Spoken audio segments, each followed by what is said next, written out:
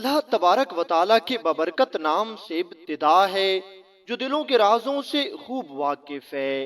السلام علیکم دوستو، welcome on S G A stories. کہتے ہیں ملک فارس کے ایک پسماندہ علاقے میں ایک غریب لکڑہارا رہتا تھا۔ اب یہ لکڑہارا دن بھر مزدوری کرتا اور جنگل میں جا کر لکڑیاں کاٹتا۔ وہ خشک لکڑیاں بیچ کر تھوڑا سا معاوضہ لے کر اپنے گھر کا گزر بسر چلا رہا تھا۔ کہتے ہیں کہ اس لکڑہارے کی ایک بیوی تھی اور 2 بیٹے تھے۔ کیونکہ ابھی یہ دونوں بیٹے بہت چھوٹے تھے اور خود کمانے کے لائق نہیں تھے، اس لیے گھر کی ساری ذمہ داری ابھی تک اسی لکڑہارے پر تھی۔ اب لکڑہارا بیچارہ تو صبر شکر کر کے زندگی گزار رہا تھا، لیکن اس کی بیوی صابر اور شاکر نہیں تھی۔ یہ ہر وقت غربت کا رونا روتی رہتی تھی اور لکڑہارے بیچارے کو غربت کا تانا دیتی تھی کہ تمہارے پاس کچھ نہیں ہے، کیونکہ بعض اوقات لکڑہارا سوکھی لکڑیاں تلاش نہیں کر پاتا، جس کے نتیجے میں سب کو بھوکا سونا پڑتا تھا۔ خیر یوں ہی دن گزر رہے تھے اور ایک دن جنگل کی طرف جاتے ہوئے لکڑہارے کو ایک گھر نظر آیا۔ وہ دبے پاؤں اس گھر میں چلا گیا۔ وہ گھر بہت خوبصورت تھا، ہر چیز نمایاں اور صاف و شفاف دکھ رہی تھی۔ اتنا صاف گھر اس نے ابھی تک نہیں دیکھا تھا۔ جب اس نے گھر میں نظر دوڑائی تو اسے گھر میں کوئی انسان نظر نہ آیا۔ لکڑہارا سوچنے لگا کہ اگر اس گھر میں کوئی نہیں رہتا تو یہ گھر اتنا صاف کیسے ہے۔ خیر وہ ایک لمبی سانس بھر کے میز پر جا کر بیٹھ گیا اور اپنی بیوی کی باتوں کو سوچ کر پریشان ہونے لگا کہ اگر آج بھی گھر جاتے ہوئے کچھ لے کر نہ گیا تو بہت جھگڑا ہوگا۔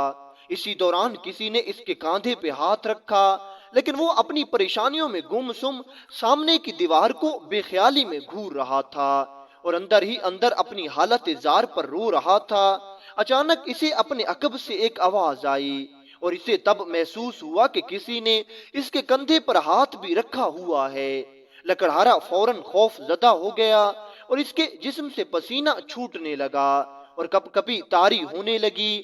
لکڑہارے نے اپنی نشست سے اٹھتے ہوئے جب پیچھے مڑ کے دیکھا تو ایک پراسرار شکل سامنے کھڑی تھی، ایسی عجیب و غریب شکل جس کا تصور آج تک لکڑہارے نے نہیں کیا تھا۔ وہ نہ تو انسان لگتا تھا نہ گدھا لگتا تھا۔ اس کا اوپر والا دھڑ گدھے کی طرح تھا اور نیچے والا دھڑ آدمی جیسا تھا۔ وہ انسانی آواز میں بولا، گھبراؤ نہیں، میں تمہیں کچھ نہیں کہوں گا۔ تم سے پہلے بھی یہاں لوگ آتے رہے ہیں اور مجھے دیکھتے ہی بھاگ جاتے ہیں، لیکن تمہیں تو میرے آنے کا پتہ ہی نہیں چلا، ورنہ دوسروں کی طرح بھاگ کھڑے ہوتے۔ اب اس نے لکڑہارے سے دریافت کیا کہ وہ کس پریشانی میں ہے اور اتنا گم سم اور بے سدھ کیوں بیٹھا ہے۔ لکڑہارے نے روحانسی آواز میں اپنی غریبی کا پردہ چاک کرتے ہوئے اپنے جملہ حالات اس پراسرار مجسم کو بتا دیے۔ وہ پراسرار جسم سب کچھ سننے کے بعد بولا، میں تمہاری مدد کر سکتا ہوں اور تمہاری غربت کے خاتمے کو یقینی بنا سکتا ہوں، لیکن شرط یہ ہے کہ تم راز کو راز رکھو گے۔ تب لکڑہارا سنتے ہی چونک گیا اور ہکا بکا ہو کر بولنے لگا، میں تمہاری ہر بات ماننے کو تیار ہوں، تم جیسا کہو گے میں بالکل ویسا کروں گا اور تم مجھے اپنی ہر بات پر تابع دار پاؤ گے۔ لکڑہارا اپنی طرف سے عہد کر رہا تھا کہ تم دیکھنا میں تمہاری بات سے ذرا بھر بھی اختلاف نہیں کروں گا۔ یہ سن کر دوسری طرف کے اس پراسرار جسم نے اپنی خاص آواز میں کہا، تمہیں ایک ایسے درخت کے بارے میں بتا سکتا ہوں جس کے پتوں میں انسانوں کی کل بیماریوں کی شفا ہے۔ اس درخت کے پتوں سے تم انسانوں کی ساری بیماریوں کا علاج کر سکتے ہو اور اس درخت کے پتوں کے علاج کی وجہ سے کئی انسانوں کو شفا مل سکتی ہے۔ اگر تم میری بات مانو اور میرے مشورے پر عمل کرو تو تم اس درخت کے پتوں سے لوگوں کا علاج معالجہ کرنا اور اس طرح جائز منافع کماتے رہنا۔ تمہیں بھی رقم ملتی رہے گی اور دوسرے لوگوں کو علاج بھی ملتا رہے گا اور دوسرے لوگ شفا جاب بھی ہوتے رہیں گے اور اسی طرح کچھ ہی عرصے میں تمہاری غربت بالکل ختم ہو جائے گی۔ ہاں لیکن میری ایک شرط ضرور ہے، اگر تم بتاؤ کہ تم میری بات ماننے کے لیے دل سے تیار ہو تو میں تمہیں اپنی شرط کے بارے میں کچھ بتاؤں۔ لکڑہارے نے جیسے ہی یہ سنا کہ اس کی غربت ختم ہو جائے گی، اس کی بیوی جو روز اسے تانے دیتی ہے وہ ختم ہو جائیں گے اور یہ اپنی بیوی کے سامنے سرخرو اور عزت دار بن جائے گا۔ تو لکڑہارے نے بغیر کوئی سوچے سمجھے سر جھکا لیا اور یہ کہنے لگا، تم جو شرط کہو، بلکہ جتنی شرطیں کہو، میں ماننے کے لیے تیار ہوں، بس تم مجھے ایک مرتبہ اس درخت کے بارے میں بتا دو جس کے پتوں میں انسانوں کی ساری بیماریوں کا علاج ہے۔ لکڑہارے کا وعدہ سن کر دوسری طرف کے اس پراسرار جسم نے کہا، مجھے اور تم سے کچھ بھی نہیں چاہیے، بس مجھے اتنا عہد چاہیے کہ تم لوگوں کا علاج کرو گے اور تم لوگوں کے علاج کے بدلے میں لوگوں سے بہت کم معاوضہ لیا کرو گے، اور ہاں غریبوں اور بے سہارا لوگوں کا علاج تمہیں مفت میں کرنا ہوگا۔ لکڑہارے نے جیسے ہی یہ سنا تو اس نے اس بات کا بھی عہد کر لیا، کیونکہ لکڑہارا سوچ رہا تھا کہ اس طرح کر کے میں کچھ رقم تو کما لوں گا، چلو میں غریب اور نادار اور بے سہارا لوگوں سے بالکل کم معاوضہ لے لوں گا، لیکن امیر و کبیر اور رئیس تاجر جیسے لوگوں سے کچھ زیادہ معاوضہ لے لوں گا، اور اس طرح بہت جلد امیر و کبیر ہو جاؤں گا، کیونکہ بیمار تو امیر و کبیر بھی ہوتے ہیں۔ بس لکڑہارے نے یہی سوچ کر ہر بات مان لی اور سارے عہد کر لیے کہ ہاں میں بالکل ایسا ہی کروں گا، میں غریب محتاج بے سہارا لوگوں کا مفت میں علاج کر دوں گا اور لوگوں سے بہت کم معاوضہ لوں گا۔ لکڑہارے نے وعدہ کیا اور اس کے بعد یہ پراسرار جسم وہاں سے غائب ہو گیا۔ لکڑہارا تھوڑا پریشان ہوا، لیکن پھر اس نے وہ لکڑیاں اور وہ پتے جمع کرنا شروع کر دیے اور ساتھ میں وہ جڑی بوٹیاں بھی اٹھا لیں جو اس پراسرار جسم نے بتائی تھیں۔ پھر اس کے بعد لکڑہارا جڑی بوٹیاں لے کر گھر آ گیا۔ گھر آتے ہی اس کی بیوی اس پر کھولنے لگی اور ایک بار پھر اس پر برس پڑی۔ لکڑہارے بیچارے نے جڑی بوٹیاں اور وہ پتے ایک طرف رکھے اور خود ایک چارپائی پر بیٹھ گیا۔ بیوی کوستے ہوئے پوچھنے لگی، یہ کیسی جڑی بوٹیاں اٹھا کر لے آئے ہو اور ان کا کیا کرو گے؟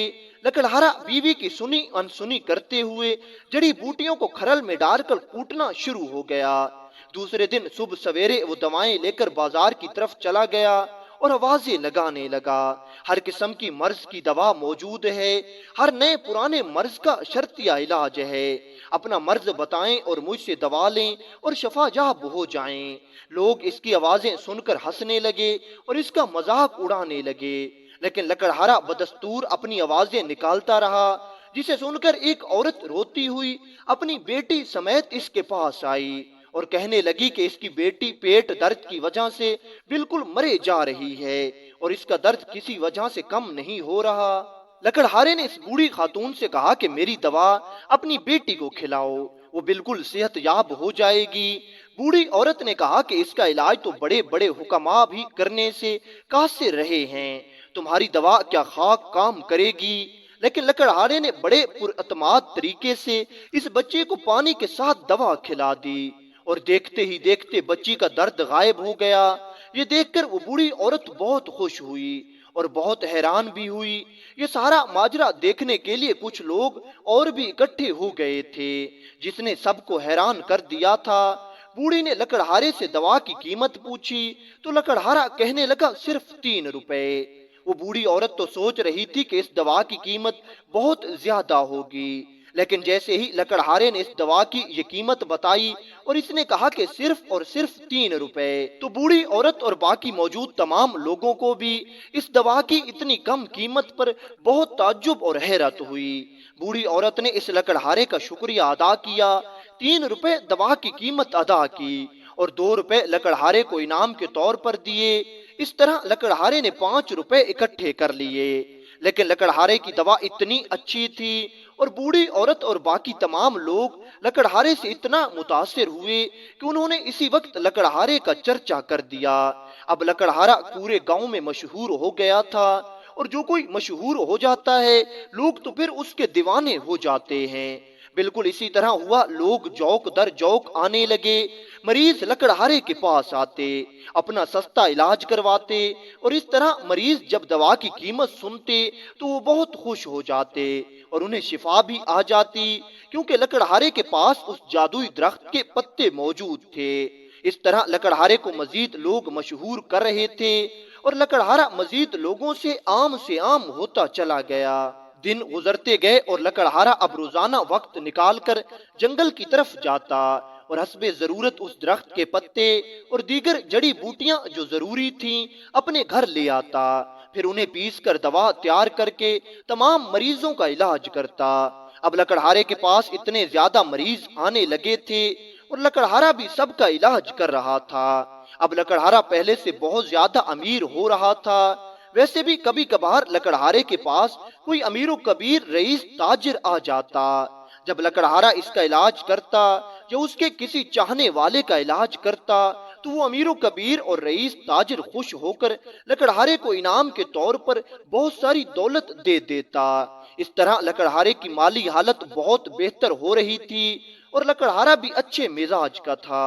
اس لیے لکڑہارا جب خود امیر ہوا تو اس نے دوسرے غریب لوگوں کی مالی مدد بھی کرنا شروع کر دی۔ اب نہ صرف اس نے غریب اور نادار اور بے سہارا لوگوں کا مفت علاج کیا، بلکہ جب بھی کوئی غریب اور نادار اور بے سہارا اس کے پاس آتا یہ اپنی طرف سے اس کی کچھ مدد بھی کر دیتا۔ اور اسی طرح لکڑہارا مزید اس علاقے میں عام اور مشہور ہوتا گیا اور لکڑہارے کے پاس دور دراز کے علاقوں سے لوگ آتے اور اپنا علاج کرواتے۔ اللہ تعالیٰ انہیں شفا بھی دے دیتا اور وہ خوش ہو کر دوا کی قیمت ادا کرتے اور پھر چلے جاتے۔ اکثر ایسا ہوتا تھا کہ لکڑہارا انہیں دوا کی قیمت بتاتا تھا اور وہ اپنی خوشی سے لکڑہارے کو بتائی ہوئی قیمت سے زیادہ قیمت ادا کر کے چلے جاتے۔ ایک روز ایک خوبرو نوجوان لکڑہارے کے پاس دوا لینے آیا۔ لکڑہارے نے حسب معمول بہت کم قیمت پر اسے دوا دی تو وہ آدمی بہت خوش ہوا اور پوچھنے لگا، کیا تم نے مجھے پہچانا ہے؟ لکڑہارے نے تجسس سے اسے دیکھا اور کہنے لگا، نہیں، میں نے تمہیں نہیں پہچانا اور نہ ہی میں آپ کو جانتا ہوں، آپ کون ہو؟ اس آدمی نے مسکراتے ہوئے کہا کہ میں وہی آدمی ہوں جس نے تمہیں اس درخت سے متعارف کروایا تھا جس کی دوا تم آج بیچ رہے ہو۔ وہ مزید بولا کہ میں بہت خوش ہوں کہ تم نے ایمانداری سے کام لیا اور لوگوں سے پیسے بھی بہت کم لیے۔ لکڑہارا حیران تھا کہ اس کی تو عجیب و غریب، ڈراؤنی اور پر اسرار شکل تھی اور آج عام انسانوں جیسا خوبصورت نوجوان ہے۔ لکڑہارے نے دریافت کیا کہ پہلی ملاقات میں آپ کی شکل ڈراؤنی کیوں تھی؟ وہ آدمی ہنسنے لگا اور بتانے لگا کہ دراصل میرے ساتھ عجیب واقعہ ہوا ہے۔ میں دراصل جنت نگر کا شہزادہ ہوں۔ ایک مرتبہ میں اور میرا بھائی گیند سے کھیل رہے تھے کہ ہماری گیند جھاڑیوں میں گر گئی اور جب ہم اسے لینے گئے تو وہاں ایک بزرگ بیٹھے ہوئے نظر آئے جو اپنی عبادت میں مصروف تھے۔ دراصل ہماری گیند غلطی سے ان بزرگ کو جا لگی تھی جس سے ان کی عبادت میں خلل آیا تھا۔ میں تو بچہ تھا اور بہت شرارتی بھی تھا، گیند لینے چلا گیا۔ ان بزرگ کو یہ بات ناگوار گزری کیونکہ میں نے ان سے کچھ بدتمیزی بھی کی تھی اور ساتھ میں انہیں ٹھوکر بھی ماری تھی، جس کی وجہ سے بزرگ نے مجھے بد دعا دی اور میری شکل بگڑ گئی۔ شکل بگڑنے کے بعد میں نیکی کرنا چاہتا تھا کیونکہ مجھے اس بزرگ نے یہی بتایا تھا کہ جب تم نیکی کرو گے تو تمہاری شکل پہلی جیسی ہو جائے گی، اور مجھے اس درخت کے بارے میں بھی معلوم تھا کہ اس میں انسانوں کی کئی بیماریوں کی شفا ہے، لیکن کوئی بھی میرے پاس نہیں آتا تھا کیونکہ میری شکل ڈراؤنی تھی۔ پھر تم ہمت کر کے میرے پاس آئے اور پھر جو واقعہ ہوا وہ تمہارے سامنے ہے۔ لکڑہارے نے اس نوجوان کی بات سنی، اس کے بعد یہ نوجوان وہاں سے چلا گیا۔ اب لکڑہارا لوگوں کا بہت کم پیسوں میں علاج کرتا اور بہت جلد امیر ہوتا گیا، اور پھر اس کی بیوی بھی اس کا ادب کرنے لگی اور اس کو عزت کی نگاہ سے دیکھنے لگی۔ دوستو، اب خلیفہ ہارون الرشید کو یہ اندازہ ہو گیا تھا کہ حضرت بہلول ایک بے ضرر اور مفید انسان ہے۔ اس کی شگفتہ باتوں کی حکمت تفنن طبع کا ذریعہ بھی بنتی تھی۔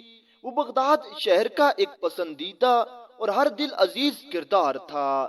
جب بھی ہارون اس کے ساتھ سختی کرنا چاہتا، اس کی شوخی میں چھپی ہوئی دانش مندی اسے صاف بچا لے جاتی۔ بہلول کی تمام زندگی اسی آنکھ مچولی میں گزری۔ کہتے ہیں کہ خلیفہ ہارون الرشید کی ساری زندگی اسی کوشش میں گزری کہ کسی طرح بہلول کو پھانس لے یا اس کا قصہ ہی تمام کر دے، مگر وہ کہا جاتا ہے کہ جسے اللہ رکھے اسے کون چکھے۔ حضرت بہلول اپنی دیوانگی کا لبادہ اوڑھے اس کے اور اس کے وزیروں کے سامنے کھڑا انہیں آئینہ دکھاتا رہا۔ وہ اپنے پاگل پن کی آڑ میں نہ صرف اپنی جان بچاتا رہا بلکہ انہیں علم و حکمت کی تعلیم بھی دیتا رہا اور اپنے مجنون کا سہارا لے کر عوام کی مشکلیں حل کرتا رہا۔ ایک مرتبہ خراسان کا ایک مشہور فقیہ بغداد میں آیا۔ خلیفہ ہارون الرشید کو بھی اس سے ملاقات کا بڑا شوق تھا۔ اس نے اس فقیہ کو دربار میں بلا لیا۔ خلیفہ ہارون الرشید نے خوب گرم جوشی سے اس کا خیر مقدم کیا اور بڑی قدر و منزلت کے ساتھ اپنے پاس بٹھایا۔ فقیہ اس عزت افزائی پر پھولے نہیں سما رہا تھا اور خلیفہ ہارون الرشید پر اپنے علم کی دھاک بٹھانے کی کوشش کر رہا تھا۔ اچانک حضرت بہلول دانا کہیں سے پھرتا پھراتا دربار میں آ نکلا۔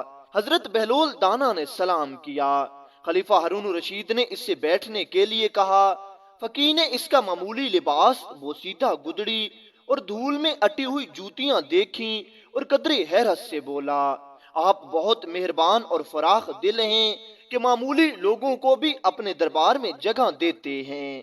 بہلول اپنی جگہ سے اٹھا اور اپنا آسا کھٹکھٹاتا اس کے قریب پہنچا اور بول کر کہنے لگا کہ بلا گستاخی معاف، آپ اپنے ناقص علم پر اس قدر کیوں مغرور ہیں؟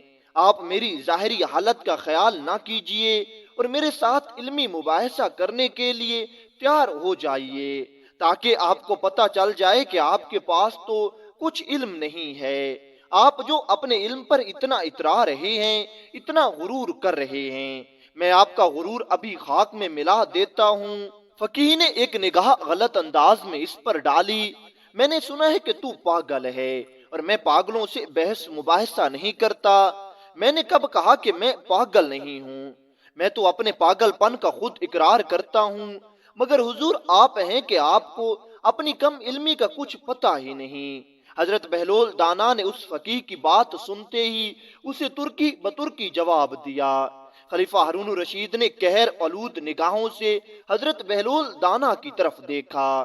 بہلول خاموش رہو، تمہیں معلوم نہیں کہ یہ خراسان کے نامور فقیہ ہیں، اس لیے تو میں چاہتا ہوں کہ یہ مجھ سے علمی بحث مباحثہ کر لیں۔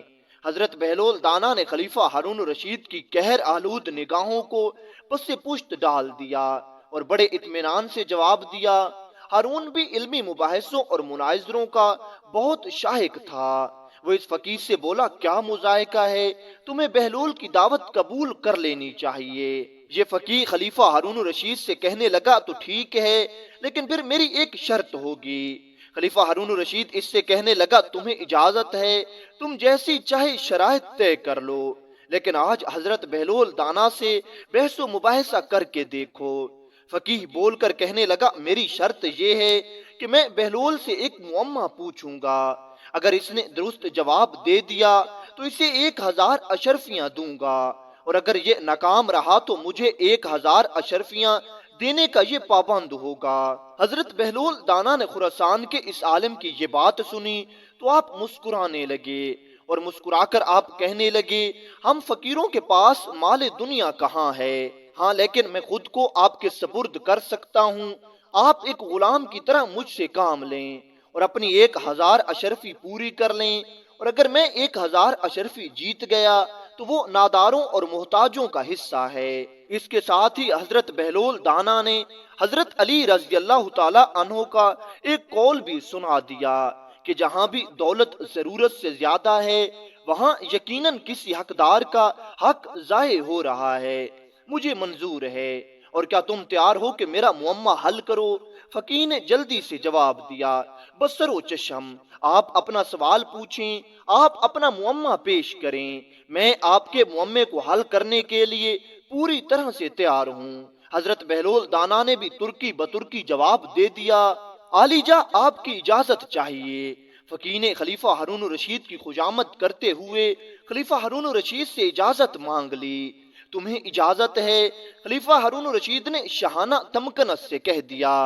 فقیہ نے اپنا معمہ پیش کیا، ایک گھر میں ایک عورت اپنے شرعی شوہر کے ساتھ بیٹھی ہے، اسی گھر میں ایک شخص نماز پڑھ رہا ہے اور دوسرا روزے سے ہے۔ اچانک دروازے پر دستک ہوتی ہے اور ایک شخص اندر داخل ہوا، جس کے آ جانے سے شوہر اور بیوی ایک دوسرے پر حرام ہو گئے۔ نماز پڑھنے والے کی نماز باطل ہو گئی اور روزے دار کا روزہ بھی باطل ہو گیا کیا تم بتا سکتے ہو کہ باہر سے آنے والا شخص کون ہے؟ پورے دربار میں سناٹا چھا گیا، لوگ ایک دوسرے کا منہ تکنے لگے۔ حضرت بہلول نے بغیر کچھ سوچے سمجھے برجستہ کہہ دیا، میاں گھر میں داخل ہونے والا شخص اس عورت کا پہلا شوہر ہے جو پہلے سفر پر گیا ہوا تھا، جس کے بارے میں یہ خبر ملی تھی کہ دوران سفر وہ انتقال کر گیا ہے۔ اپنے شوہر کے انتقال کے بعد اس عورت نے شریعت کے حکم کے مطابق دوسرے ایک مرد سے نکاح کر لیا تھا جو اس وقت اس عورت کے برابر اس کے ساتھ بیٹھا تھا۔ اب اس عورت نے دو اشخاص کو اجرت دی تاکہ وہ مرحوم شوہر کی قضا نمازیں ادا کریں اور اس کے قضا روزے بھی رکھیں۔ اسی اثنا میں پہلا شوہر سفر سے واپس آ گیا کیونکہ اس کی موت کی خبر بالکل غلط تھی اور وہ فقط ایک افواہ تھی۔ چنانچہ اس کے آتے ہی دوسرا شوہر اس عورت پر حرام ہو گیا کیونکہ وہ مرا نہیں تھا، اور دونوں اشخاص کی نماز اور روزہ بھی باطل ہو گیا جو شوہر کو مردہ سمجھ کر اس کے لیے پڑھی جا رہی تھی اور روزے رکھے جا رہے تھے۔ حضرت بہلول دانا نے اپنے جواب کی مزید وضاحت کی اور آپ کہنے لگے، کیونکہ پہلے اس عورت کو یہ معلوم ہوا تھا کہ اس کا شوہر مر چکا ہے، اس لیے اس نیک عورت نے شریعت کے مطابق جب شریعت نے اجازت دی تو اس نے دوسرا نکاح کر لیا، اور دوسرا نکاح کر کے اس نے اپنے شوہر کے ساتھ ایک گھر میں رہنا شروع کر دیا۔ پھر اس نیک عورت نے اپنے پہلے مرحوم شوہر کے بارے میں سوچا اور اس کی ساری قضا نمازیں اور قضا روزے ادا کرانے کی کوشش کی، اور اسی اثنا میں اس نے دو لوگوں کو اجرت پر رکھ دیا جو مرحوم شوہر کی قضا نمازیں ادا کر رہے تھے اور قضا روزے رکھ رہے تھے، اور چونکہ وہ شوہر پہلے جو سفر پر گیا تھا اس کی موت کی خبر جھوٹی تھی، اس لیے کچھ عرصے بعد وہ شوہر واپس آ گیا۔ اب جیسے ہی وہ واپس آیا تو شریعت نے اس حد تک اجازت دی تھی کہ اگر اس کا شوہر فوت ہو گیا ہے تو یہ عورت دوسرا نکاح کر سکتی ہے۔ اب جب اس کا شوہر واپس آیا تو نکاح باقی تھا اور نکاح پر نکاح نہیں ہو سکتا، اس لیے اس کا نکاح ٹوٹ گیا، اور چونکہ نماز پڑھنے والا مرحوم کی نمازیں پڑھ رہا تھا اور روزہ رکھنے والا مرحوم کا روزہ رکھ رہا تھا، اور کیونکہ وہ شخص مرحوم تھا ہی نہیں بلکہ زندہ تھا، اس لیے اس کے آنے سے نماز بھی باطل ہو گئی اور روزہ بھی باطل ہو گیا۔ مرحبا مرحبا، بہت خوب بہلول، بعض اوقات تو تمہاری دیوانگی فرزانوں کو شرما دیتی ہے۔ خلیفہ ہارون الرشید نے ستائش کی، باقی وزیر اور امیر بھی داد تحسین دینے لگے، کیونکہ حضرت بہلول دانا نے اتنی جلدی اور اتنے اچھی طرح سے سوال کا جواب سمجھایا تھا کہ ہر شخص کی سمجھ میں بات آ گئی تھی۔ پھر اس کے بعد جب شور کچھ کم ہوا تو حضرت بہلول دانا کہنے لگے، کیا عالی جاہ کی اجازت ہے کہ میں بھی حضرت فقیہ سے ایک سوال کروں؟ کیونکہ اس فقیہ نے سوال کرنے سے پہلے خلیفہ ہارون الرشید کی اجازت طلب کی تھی، اس لیے حضرت بہلول دانا نے بھی روایتی انداز اپناتے ہوئے خلیفہ ہارون الرشید سے سوال کرنے کی اجازت لی۔ خلیفہ ہارون الرشید نے حضرت بہلول دانا کو سوال کرنے کی اجازت دے دی۔ حضرت بہلول دانا نے اس فقیہ سے پوچھا، کیا آپ تیار ہیں کہ میں اپنا سوال پوچھوں؟ میں اپنا آپ سے معمہ پوچھوں تاکہ آپ میرے معمے کا جواب دیں۔ فقیہ نے نخوت سے کہا، ہاں تم ضرور پوچھو، تمہارا جو سوال ہے تم پوچھ لو، میں تمہارے سوال کا جواب دینے کے لیے تیار بیٹھا ہوں۔ حضرت بہلول دانا فرمانے لگے کہ فرض کریں ہمارے پاس ایک مٹکا شیرہ اور ایک مٹکا سرکہ موجود ہے، ہم اس سے شکنجے بین تیار کرنے کے لیے ایک پیالہ سرکہ اور ایک پیالہ شیرہ مٹکوں میں سے نکالتے ہیں اور دونوں کو کسی برتن میں ملا دیتے ہیں۔ اس وقت پتہ چلتا ہے کہ اس میں تو ایک چوہا مرا پڑا ہے، یعنی جب ہم شیرہ اور سرکہ کو ایک بڑے برتن میں مکس کرتے ہیں تو اس وقت ہم دیکھتے ہیں کہ اس شکنجے بین میں ایک چوہا مرا ہوا پڑا ہے۔ کیا آپ بتا سکتے ہیں کہ وہ مرا ہوا چوہا سرکے کے مٹکے میں تھا یا شیرے کے مٹکے میں؟ خلیفہ ہارون الرشید محظوظ ہوا اور اہل دربار بھی مسکرانے لگے۔ سب کی نگاہیں فقیہ پر لگی ہوئی تھیں کہ وہ اس معمے کو کس طرح حل کرتا ہے۔ اب وہ فقیہ گہری سوچ میں مستغرق ہو گیا اور بہت دیر تک ایک لفظ بھی نہ بول سکا۔ خلیفہ ہارون الرشید اتنا انتظار نہ کر سکا اور بول کر کہنے لگا، بہلول نے تمہارا معمہ حل کرنے میں ایک لمحہ بھی نہیں لگایا،